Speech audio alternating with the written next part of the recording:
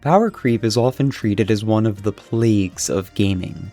The moment it starts showing up, players assume the game is heading in one direction. The new content is going to get stronger, the old stuff is going to get left behind, and eventually every update has people saying that the game barely resembles what they originally fell in love with. But I think that fear lumps together two very different things. There's the lazy kind of power creep, where developers just make the numbers bigger until yesterday's content doesn't really matter, and I'm not defending that. Then there's what happens when a game keeps adding genuinely new mechanics and interactions that create new strategies. As the game grows, players can do things that simply weren't possible before. That version doesn't destroy long-running games. I think it's the thing keeping them alive. And no game demonstrates this better than Dead by Daylight. If you've never played Dead by Daylight before, it's basically tag, except the referee is an eldritch tentacle monster who's very particular about the rules, and will actually punish the killer for being too mean. 4 survivors have to repair 5 generators, which they do by walking up to one, pressing a button, and sitting there for 90 seconds. Yes, that is seriously the gameplay. The killer's job is to stop them. Survivors can take 2 hits before going down, at which point, to keep things fair, the killer has to place them nicely in timeout. Here they will slowly die unless a teammate saves them. They get 2 timeouts before they actually die, unless the killer camps the hook, or your teammates don't come, or you rage quit. You get the point. The game itself is very simple. To make this an actual game, survivors have 2 main options while being chased. They can drop a pallet, putting a large piece of wood between themselves and the killer, and briefly stunning the killer if they get hit by said wood, or they can jump through a window slightly faster than the killer can. That's basically it. I can fit almost everything a survivor can actually do on screen easily. But there are 2 major sources of complexity. The first is perks. Both sides can equip 4 of these, and they give you little bonuses, or change how certain parts of the game work. There are over 300 of these, and they do increasingly weird shit. Put a pin in that, it's going to become very important to my point later. The second complex part of the game is the killers. Every killer has a special power. But even here, Dead by Daylight started remarkably simple. Most killer powers boil down to some variation of throw something at the survivor, move really fast towards the survivor, teleport somewhere, and like 3 of them can put things on the floor. Those 3 are perpetually nerfed into the ground because nobody likes playing against them.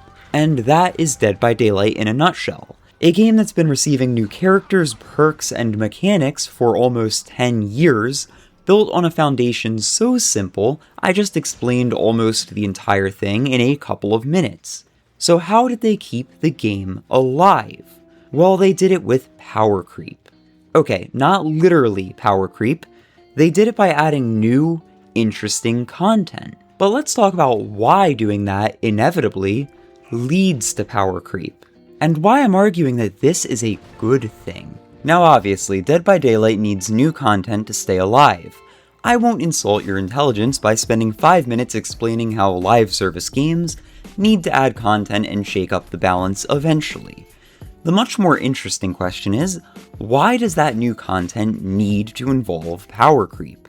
To answer this quickly, it's because every new thing you add needs a reason to exist. And there's 2 main ways that you can do that.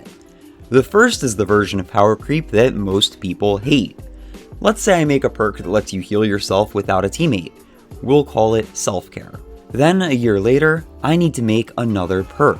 So I release self-care too. It does the exact same thing, but faster. And like this, I have successfully added new content to the game by making something you already had obsolete. Most of the time when you see this type of power creep, it's with gear numbers. So with every expansion, the best gear that you can get in the game gets better, your raw stats get stronger, and the old content effectively becomes a joke as you can just steamroll straight through it. I am sure everyone can think of some game where they've done this. This is the bad kind of power creep that I'm not really talking about in this video. The player got stronger, the new content has a reason to be purchased, but the game doesn't get any more interesting. There's no new decisions to make, you just take the better one. The alternative that is still power creep is to make the new thing a side grade. Instead of making self-care again with a bigger number, give me a perk that still heals me but does it in a way that self-care can. Maybe you take the idea of healing yourself, but now it happens automatically while you hide in a locker. Maybe you partially heal yourself while you heal someone else. Maybe you add a whole new mechanic that lets you heal yourself at full speed, but you need to pray to some bones first. We'll come back to this. Whatever it is, now you have an actual reason to choose between the two. And this is where things get interesting, because even if neither perk is strictly better than the other, the player now has something they couldn't do before. Keep designing new perks like this and the players keep getting more and more options. And eventually these options start working together. So the overall power available to the player goes up, even though none of the individual pieces needed to replace what came before them. That's the distinction I want to make for the rest of the video. If a game has bad power creep, the new content is objectively stronger and there's no reason to use the old. Whereas good power creep makes the player capable of more things. And Dead by Daylight has been doing the second one for almost 10 years. And over time, different perk synergies have resulted in playstyles that were genuinely pretty overpowered. But I still think it's better to nerf those as they come. But I don't want to ramble too long, so let's go to my second point of this video. When you keep adding new stuff with a goal of keeping the old stuff relevant, eventually, especially in a game so simple, you start running out of things to add. But why is this so difficult for Dead by Daylight in particular? Well, I'd say that it's because in Dead by Daylight, the survivors aren't meant to have much agency over the killer. Their ways of interacting with the killer tend to be much more indirect. Aside from dropping pallets or flashlight saves, there's only a handful of things in the game that can directly fight back, quote unquote. Everything else has to be more subtle. So while killers are supposed to be a threat and can have direct agency over survivors, no matter what survivor you play, they play the same and only your perks matter. You can run, you could hide, you can throw down a pallet, you can jump through a window. At no point can they add something that just lets you dropkick the killer. Oh, okay, bad example, but look at how limited this perk is. You can't use it all the time because you aren't meant to be fighting. Everything that they add for survivors tends to be much more passive, and if it's not, they are very scared about making it too strong. Even aggressive survivor tools usually create time or distance, not an actual threat. Or in other words, the survivors are allowed to annoy the killer, but they're not allowed to become the killer. All memes aside. And I think keeping to this restriction is good, but it is a nightmare when it comes to designing 10 years of content. You can't give survivors new weapons, attacks, or damage types, or even new objectives. There are only so many different perks that you can add that let you repair a generator slightly differently. And that is why, slowly, over the years, Behavior has been doing the one thing that they can do. They've been adding completely new mechanics. This gives players new things to interact with, but more importantly, it opens up design space for them to have new ideas. When the game first released, totems weren't even a thing. Yet they were one of the first things added because Behavior realized, shit, we need to give the players something to do other than gens, so let's make some perks that are insanely strong, borderline overpowered, but you can get rid of them. And then later on, they copied this idea with boons, where they went, okay, we're running out of things to do for survivors. Let's reuse this totem idea, but now for the other side of it. Again, the survivors don't directly fight the killer by doing this, but instead they can make a perk such as Circle of Healing, which lets you heal yourself without a medkit similar to self-care, but only while you're in range of the boon. Though this was actually removed recently, because as it turns out, infinite fast self-healing is just a little overpowered. But that kind of proves my point. This was a good conceptual idea, it just didn't fit nicely into the game's overall power level. You can see this in various new mechanics that they've added over the last couple of years, such as Scourge hooks and basement invocations. These mechanics are more complex than your standard perks, but by introducing them, behavior has given themselves a lot of room to design new stuff. Honestly, I don't envy the Dead by Daylight devs. It must be a nightmare trying to come up with consistent new perks to add to the game that aren't just copies of other perks or so niche that they're basically impossible to get use out of. We've seen a couple released like that even. But then what's really cool is sometimes new content makes those super niche perks relevant somehow. And while yes, I'd still say that it's power creep, it's also making the game better. But hey, talking about all the nuance of perks is one thing, and you could realistically spend hours and hours doing that, especially if you wanted to make like a tier list of all of them. But there is something much easier to look at if we want to talk about how the complexity of Dead by Daylight, or lack thereof, is resulting in more and more outrageous designs in order to keep things fresh. And that is, of course, the killer powers. Killers, unlike survivors, have way more freedom in how they can be designed, because their power is supposed to break the normal rules, and enforce their gameplay upon the other players. But even then, they eventually face the same problem. How many different ways can we make guy who moves fast and hits you? Or person who throws something at you? Eventually, in order for them to feel meaningfully different, powers have to start becoming more elaborate too. And suddenly you've gone from put a bear trap on the floor to modern killers that have 3 paragraphs of text. That's complexity creep happening because the obvious ideas already have been used. When you keep making unique content, eventually some of it is going to be more powerful than you expect. Maybe the numbers are just too high, maybe there's some weird synergy between a power and a few perks, or maybe the design itself is fundamentally too good. Although on that last point, I don't think they've managed to beat this one yet. And this is where I think power creep gets blamed for something that's actually pretty healthy. Because if you're adding genuinely new ideas to a game, you can't possibly know how every single one of them is going to interact with everything that's already there. Dead by Daylight just has too much stuff in it that interacts with each other. Something is inevitably going to break. Some perk that nobody thought about in 3 years is suddenly going to have a disgusting interaction with a new killer. Some new strategy is going to be way stronger than behavior expected. And that is okay. Obviously, they need to balance it. I'm not saying we should release a killer with a gun and see what happens, but I'd much rather have developers occasionally add something too strong because they're trying something new, than be so terrified of power creep that everything new has to fit perfectly inside what already exists. Because that's what all of these weird mechanics have actually given Dead by Daylight. New builds to figure out, new strategies against these unique killers, new little minigames to play, like the most recent killer, the Judgment, that banishes you to the Shadow Realm. It's completely new ways of interacting with the same game that I explained in 2 minutes. That's the part of power creep that I think gets overlooked. The players becoming more powerful isn't necessarily the important part. The important part is why they became more powerful.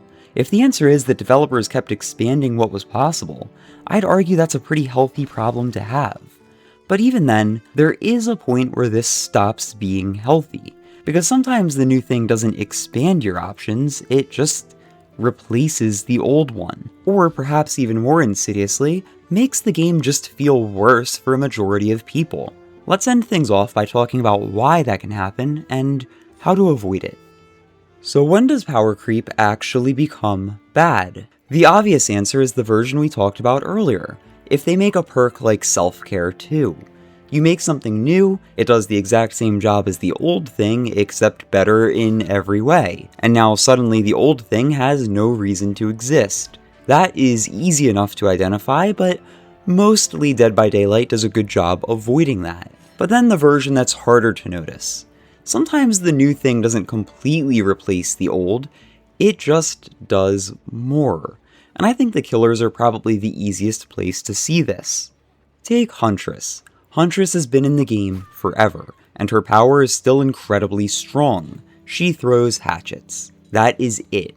And because that's basically all she does, her hatchets are allowed to be really good. She gets multiple of them, they can travel across the entire map, a good huntress can hit you from distances where most killers aren't even participating in the chase yet. But then the trade-off.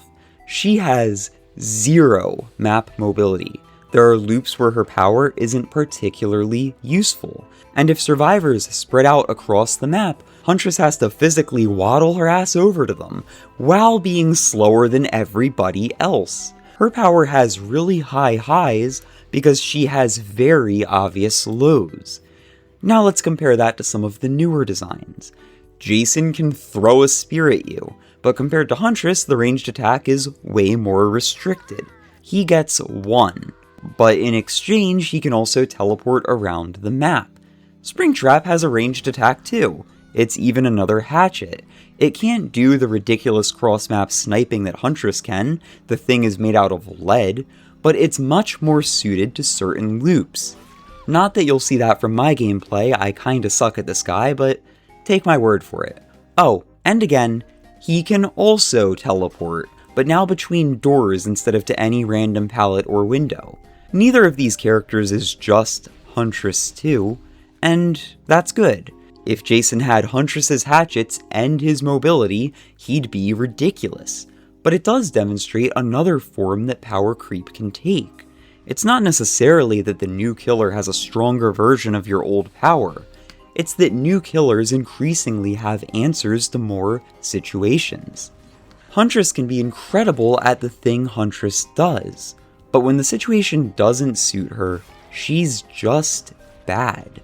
And I actually think those weaknesses are important, because limitations are part of what gives a character an identity. The more problems one character can solve, the less often the player has to adapt around what they can't do. And if you keep just adding more power across the entire roster, you can end up in a really weird place where the old characters aren't technically obsolete. They might even still be the best at their particular thing, but the newer characters can start feeling much more generally useful, because their kits were designed to fit in a game with 10 more years of evolution. And this is where even good power creep can start making a game feel worse, because complexity isn't free. Every new mechanic is another thing the other side has to understand. Every new tool is another situation where an old weakness might disappear. And every time you smooth away one of those weaknesses, you risk getting rid of the decision making that made a character interesting in the first place. Now I do want to be a little bit careful here because I don't think the answer is to make every future killer as simple as Huntress. I don't even think they could. That would also completely contradict everything I've spent this video arguing. I want behavior-making killers that teleport through security cameras. I want perks that make me go to the basement and perform a satanic ritual. That's how this game got decades of new ideas out of something that is fundamentally just tag. The problem comes when instead of expanding the number of interesting decisions, you are accidentally creating a game where your decisions matter less. And that's the line developers have to walk. If you're only terrified of power creep, eventually you stop taking risks, stop adding new mechanics that might interact in new ways, and eventually no one cares about the next update. But if you go too far in the other direction, every character has more tools, every perk adds another mechanic, eventually the game that people fell in love with can get buried underneath everything you've added to keep it alive. Which brings us all the way back to the point I started this video with.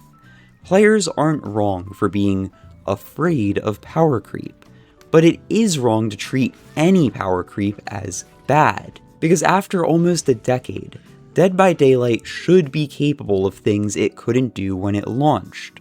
There should be weirder combinations. Killers should have ideas and mechanics explored that would have been impossible with the original roster and the original budget. And occasionally there should be interactions that nobody could have seen coming when there were only a handful of perks in the game.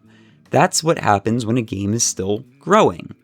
The goal isn't to stop that growth. It's making sure that after everything you've